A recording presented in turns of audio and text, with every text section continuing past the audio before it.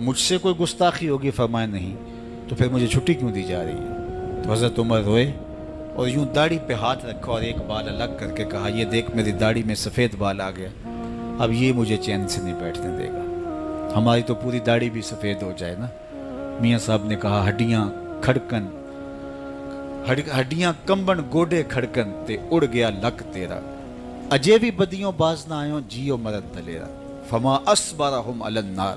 اللہ قرآن میں فرماتا ہے کتنا حوصلہ ہے لوگوں کا آگ پر، کتنی ڈٹائی کے ساتھ کہہ دیتے ہیں یہ جہاں مٹھا گلا کس نے ڈٹھا. قبرستانوں میں جا کے دیکھو کس نے دیکھا ہے آخر والا جہاں. حضرت سیدنا غوث اعظم الشیخ عبد القادر الجیلانی علیہ رحمہ و رضوان فرماتے جاؤ قبرستانوں میں جا کر دیکھو کیسے کیسے حسینوں کی مٹی خراب ہو رہی ہے. جو بدن پہ چٹکی مٹی نہیں پڑنے دیتے تھے آج ان کے کفن بھی تار تار ہو گئے. خیر کنے فلاں و غنیمت شمار عمر زاں بیشتر کے بانگ برائت کے فلاں نماز.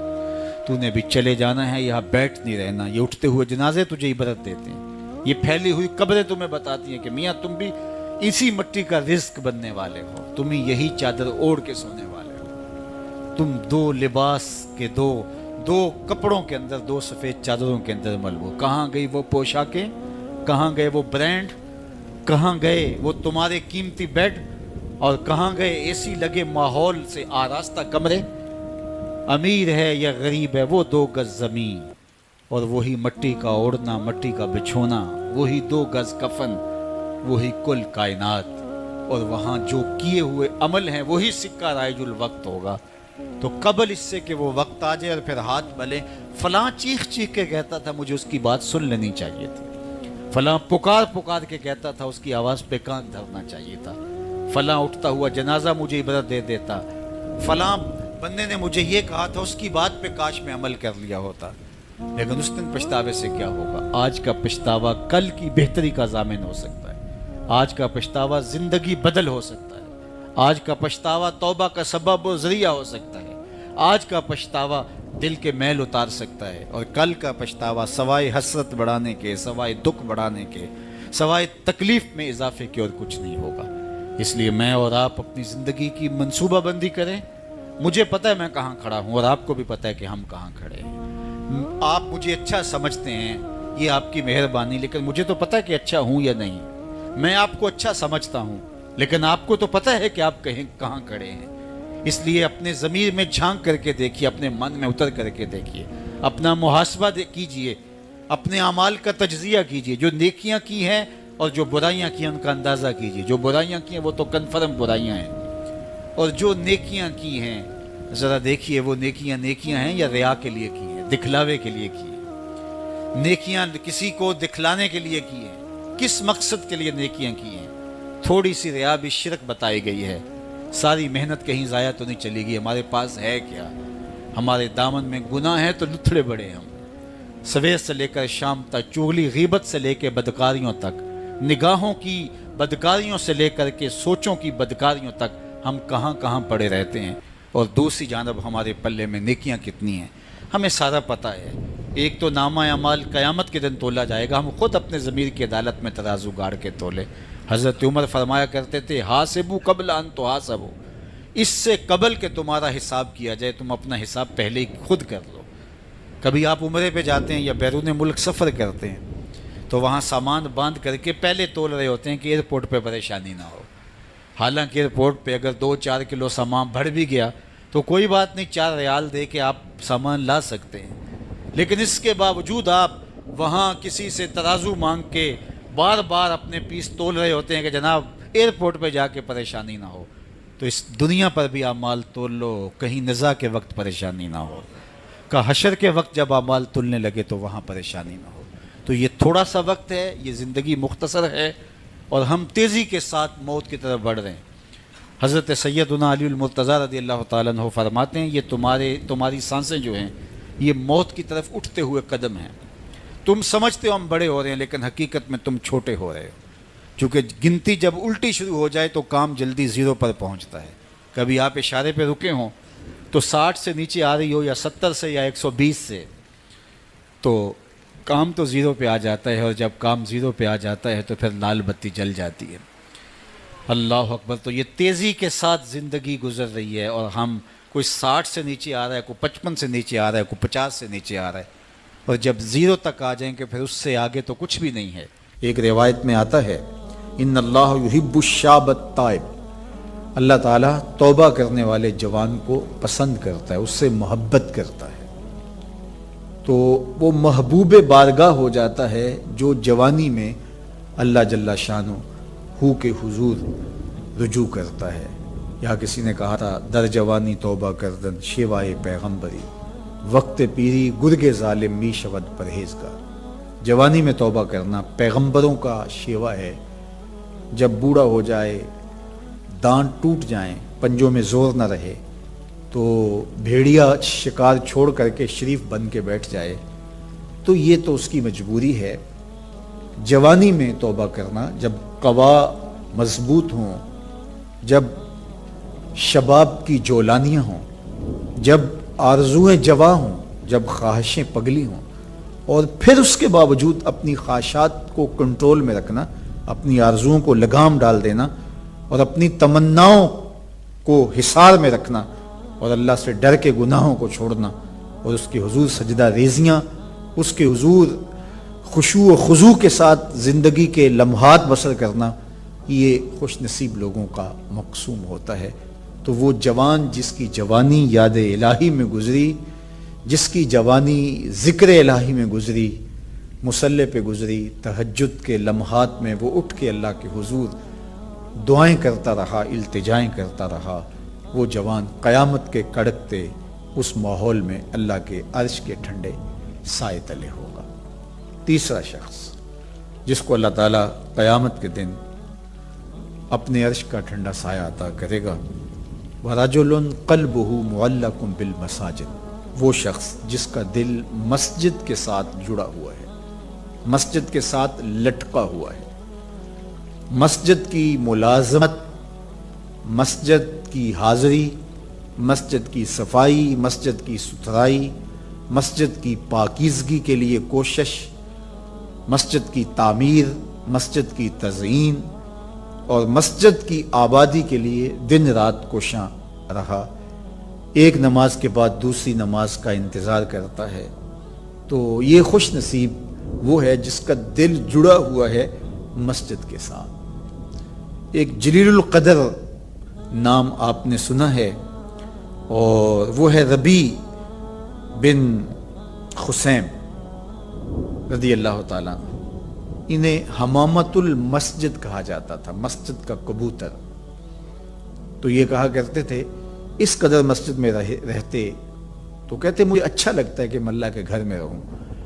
تو یہ فرمایا کرتے تھے کہ جس دن اذان ہو اور مجھے مسجد میں نہ پاؤ تو سمجھ لینا کہ میرا انتقال ہو گیا. یہ ہو نہیں سکتا کہ ندائے نماز ہو, اذان پکاری جائے اور مجھے آپ مسجد میں نہ دیکھو. تو مسجد کی حاضری یہ ان کا شعار حیات تھا, اس لیے ان کو حمامت المسجد, مسجد کا کبوتر کہا گیا. تو کتنے خوش نصیب لوگ ہیں جو مسجد سے جڑے ہوتے ہیں. فرمایا کچھ لوگ ہیں جو مسجد سے یوں جڑے ہوئے ہوتے ہیں جس طرح لکڑی میں کیل ٹھکا ہوتا ہے. تو چوب کے اندر جس طرح کیل جڑا ہوا ہوتا ہے, اسی طرح وہ مسجد کے ساتھ جڑے ہوئے ہوتے ہیں. تو کبھی وہ بیمار ہو جائیں اور وہ مسجد حاضر نہ ہو پائیں تو اللہ کے کچھ فرشتے ہیں جو ان کی عیادت کرنے کے لیے ان کے گھروں میں جاتے ہیں. یہ خوش نصیب لوگ ہیں جو مسجد کے ساتھ اپنے آپ کو وابستہ رکھتے ہیں.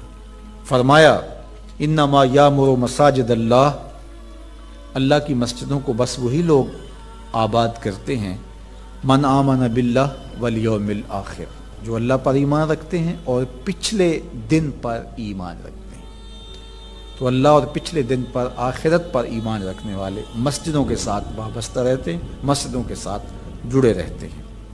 اور آقا کریم علیہ السلام نے مسجد کی تعمیر کی فضیلت بیان کرتے ہوئے ارشاد فرمایا من بنا مسجدن یبتغی بہی وجہ اللہ, جس نے اللہ کی رضا کے لیے مسجد تعمیر کی, نام و نمود کے لیے نہیں, کسی اور غرض کے لیے نہیں, اللہ کی رضا جوئی کے لیے مسجد کی تعمیر کی, بن اللہ لہو مثلہ فی الجنہ, اللہ اس کے لیے جنت میں گھر بنائے گا.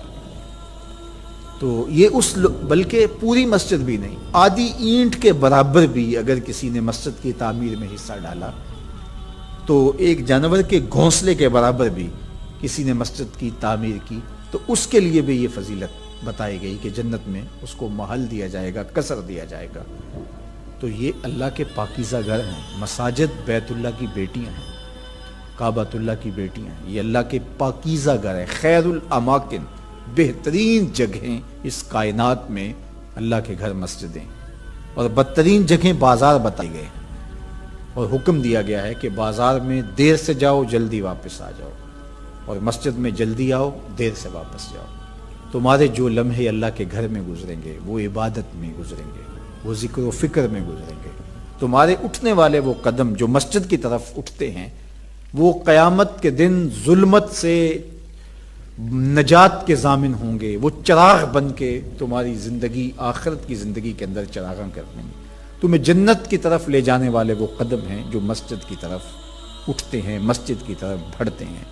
تو اللہ کے پاکیزہ گھروں کی طرف ہمارا رب، ہمارے قلب کا تعلق، ہماری محبت کا رشتہ، یہ ہمارے دین کا تقاضا ہے. اللہ اور پچھلے دن پر، آخرت پر مضبوط عقیدہ مسجد سے ہمیں جوڑتا ہے. کبھی کسی مجبوری کی وجہ سے مسجد جانے سے قاصر ہوں، بیمار پڑ گئے ہیں، مسجد نہیں جا سکتے، یا حالات ایسے ہیں جس طرح آج کل کے حالات ہیں کہ مسجد میں جانا کسی وجہ سے موقوف ہو گیا، تو مومن اس پر خوشی محسوس نہیں کرے گا.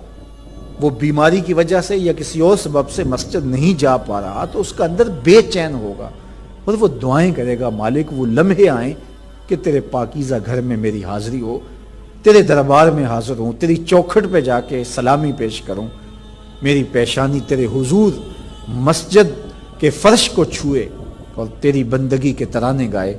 تو وہ یہ آرزو کرے گا، اگرچہ شریعت اس کو رخصت بھی دیتی ہو، لیکن پھر بھی اس کی تمنا تو ہوگی. وہ اس پر شکر نہیں بجا لائے گا، بغلے نہیں بجائے گا کہ چلو ایک بہانہ مل گیا، نہیں، بلکہ وہ اس پہ خوش نہیں ہوگا، الٹا اس کی طبیعت کے اندر ایک بے چینی اور اضطراب پیدا ہوگی، چونکہ وہ جڑا ہوا ہے، اس کا دل جڑا ہوا مسجد کے ساتھ. تو ایسا شخص جس کا دل مسجد کے ساتھ جڑا ہوا ہے، تو میرے اور آپ کے آقا و مولا نے فرمایا قیامت کے دن جب کوئی سایہ نہیں ہوگا، اللہ اس کو اپنے عرش اجتمع علیہ و تفرق علیہ. وہ شخص، وہ دو اشخاص جو محبت کرتے ہیں تو اللہ کے لیے، آپس میں جب ملتے ہیں تو اللہ کے لیے، جدا ہوتے ہیں تو اللہ کے لیے. یعنی ان کی محبت کسی دنیاوی منفعت کے لیے نہیں، کسی ذاتی غرض کے لیے نہیں. محض دوستیاں پیدا ہو جاتی ہیں اور ایک دوسرے کو ملے بغیر تسین نہیں ہوتی، اس لیے نہیں، بلکہ ان کی دوستی محض اللہ کی رضا کے لیے، اللہ کی خوشنودی کے لیے. الحب للہ والبغض للہ، اللہ کے لیے محبت، اور جب بغض کسی سے ہے، دشمنی کسی سے ہے، تو وہ بھی اللہ کے لیے. جس میں تنہائی میں اللہ کا ذکر کیا، اللہ کو یاد کرنے بیٹھ گیا، کوئی دیکھنے والا نہیں تھا، وہ تنہا تھا، حجرے میں تھا، اپنے بند کمرے میں تھا، اپنے رب کو یاد کیا. اللہ کی یاد کرتے کرتے اس کی آنکھوں سے آنسو ٹپکنے لگے، اس کی آنکھیں آنسوؤں کا خراج دینے لگی. تو میرے اور آپ کے آقا و مولا نے فرمایا کہ یہ آنسو اتنے قیمتی ہیں، ان آنسوؤں کے بدلے میں قیامت کے دن اسے عرش الہی کا سایہ نصیب ہوگا. عرش الہی کا سایہ اسے نصیب ہوگا ان آنسوؤں کے بدلے میں. رومی علیہ رحمہ فرماتے ہیں جہاں پانی گرتا ہے وہاں سبزہ اگتا ہے، جہاں آنسو گرتے ہیں وہاں رحمت اترتی ہے. تو اس لیے جو اللہ کی یاد میں رونے کا لطف ہے اور اللہ کی یاد میں آنسو بہانے کا اجر اور صلہ رکھا گیا ہے، یہ گناہوں کو دھو ڈالتا ہے، یہ اندر کی صفائی اور ستھرائی کا سبب اور ذریعہ ہے. میرے اور آپ کے آقا و مولا نے فرمایا راتوں کی تنہائیوں میں اٹھ کے قرآن پڑھا کرو اور قرآن پڑھتے ہوئے رویا کرو. پھر فرمایا فَإِلَّمْ تَبْكُوا فَتَبَاكُوا، اگر رونا نہ آئے تو رونے کی کوشش کیا کرو. حضرت داتا گنج بخش علی حجویری سے ایک مرید نے کہا حضرت اگر رونے کی کوشش کریں پھر بھی رونا نہ آئے، فرمایا پھر اپنے مقدر پہ رویا کرو. تم اتنے سنگ دل ہو گئے ہو کہ تمہاری آنکھیں آنسوں کا خراج نہیں دیتی. جو رونا نہیں جانتا وہ اللہ کی رحمتوں کو اور اللہ کی کرم نوازیوں کو کیسے سمیٹ پائے گا.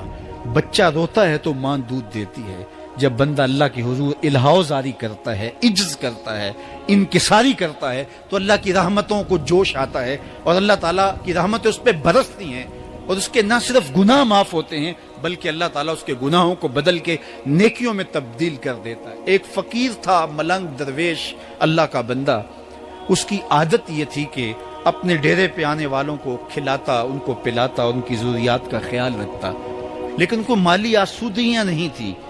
ہوتا یہ تھا کہ بعض اوقات لوگ آتے تو ادھار لے کر کے وہ لوگوں کو کھلا دیتا۔ خیر، چونکہ فقیر کا مزاج یہ ہوتا ہے کہ لوگ آئیں اس کے ڈیرے سے کھائیں۔ بابا بلے شاہ نے بھی کہا تھا نا، اٹ کھڑک کے دکڑ بجے تتا ہووے چلا، آن فقیر کھا کھا جاون راضی ہووے بلا۔ یہ فقیروں کا مزاج ہے، تو جو بھی آتا اس کے ڈیرے سے کھاتا اور وہ ادھار اٹھا اٹھا کے لوگوں کی ضروریات کو پورا کرتے رہتے۔ وقت آخر آ گیا، جن لوگوں نے ادھار دیا تھا وہ سارے تقاضا کرنے آ گئے۔ اب بابا جی کو کیا فکر لاحق ہے کہ یہ میرے مہمان اور میں ان کو کچھ پیش کرنے کی صلاحیت نہیں رکھتا۔ ایک بچہ تھا، وہ کچھ سامان بیچ رہا تھا، پتیسا بیچ رہا تھا یا کوئی اور چیز بیچ رہا تھا۔ اس نے گلی سے گزرتے ہوئے آواز لگائی، خادم کو کہا سے بلا کے لاؤ، کہا تم بیچ رہے ہو تو میرے مہمانوں کو کھلا دو۔ بچہ بڑا خوش ہوا کہ میں سارا دن گلیوں میں گھوم کے یہ پتیسا بیچنا تھا، اب یہ ایک جگہ ہی سارا فروخت ہو گیا تو یہ تو موج لگ گئی، میں جلدی گھر چلا جاؤں گا، میری ماں خوش ہوگی۔ تو سارا ان مہمانوں کو کھلا دیا گیا، اور اس کے بعد کہا بابا جی پیسے؟ کہا تم بیٹھ جاؤ، جب ان کو ملیں گے تو تجھے بھی مل جائیں گے۔ وہ بیٹھ گیا، 2 4 10 منٹ بیٹھا تو بچہ تھا، پھر کھڑا ہو گیا، بابا جی پیسے؟ کہا جب ان کو ملیں گے تو تجھے بھی مل جائیں گے۔ پھر آدھا گھنٹہ گزرا تو پھر اس نے کہا بابا جی پیسے؟ میری ماں میرا انتظار کر رہی ہے، ہمارے گھر کا چولہا اسی سے جلتا ہے، میں یہ پیسے لے کر جاؤں گا اور میری ماں کوئی ہنڈیا خریدے گی اور ہم شام کا گھر کا کوئی سلسلہ کریں گے۔ کہا بیٹا جب ان کو ملے گا تو تجھے بھی مل جائے گا۔ بچے نے رونا شروع کر دیا، یتیم بچہ تھا، اس کا سارا آسرا یہی تھا، اس نے رونا شروع کر دیا۔ جب بچہ رویا اللہ کی رحمت کو جوش آیا، کوئی مرید نذرانہ لے کے ان بزرگوں کے پاس آ گیا اور اشرفیوں کی بھری ہوئی تھیلی پیش کی۔ وہ اتنے پیسے تھے کہ اس بچے کو بھی دیے، جتنے لوگ آئے تھے سب کا قرض چکایا، کہا جاؤ گھروں کو۔ تو سب نے کہا بابا جی ہم صبح سے بیٹھے ہوئے تھے تو یہ نذرانہ دینے والا صبح سے نہیں آیا، تو اب کیسے آ گیا؟ کہا صبح سے تمہارے اندر کوئی رونے والا نہیں تھا، ایک رونے والا آیا تو باقیوں کا بھی کام بن گیا۔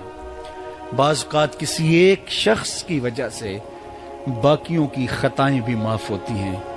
آج ہم اجتماعی طور پہ تا حد نظر اندر باہر اوپر نیچے اتنے لوگوں کے ہجوم میں اللہ کی بارگاہ سے یہ توقع رکھتے ہیں کہ مالک کتنے ہجوم میں کوئی ایک تو ہوگا جو تیرا لاڈلا ہوگا، کوئی ایک تو ہوگا جو تیرا بہت قریبی ہوگا، کوئی ایک تو ہوگا جس پہ تیری رحمتیں برسیں گی۔ تو مالک اس کے صدقے سے ہماری خطائیں بھی معاف کر دے، ہمارے گناہ بھی معاف کر دے۔ کوئی ایک رونے والی آنکھ مل گئی تو باقیوں کا بھی کام بن جائے گا۔ اٹھ فریدا ستیا تے میلہ ویکھن جا، وت کوئی بخشیا مل جاوے تے توں ہی بخشیا جا۔ میرے مالک ہم سب کی خطائیں معاف کر دے، ہم سب سے درگزر فرما اور ہم سب کے باطن کو ستھرائیاں دے دے، ہمارے اندر کو پاکیزگیاں دے دے۔ بہت وقت میں نے اور آپ نے صاحب گزار لیا، تیزی کے ساتھ زندگی بیت رہی ہے۔ میں اگر اپنے آپ کو دیکھوں تو میری زندگی کتنی بہاریں کاٹ چکی ہے۔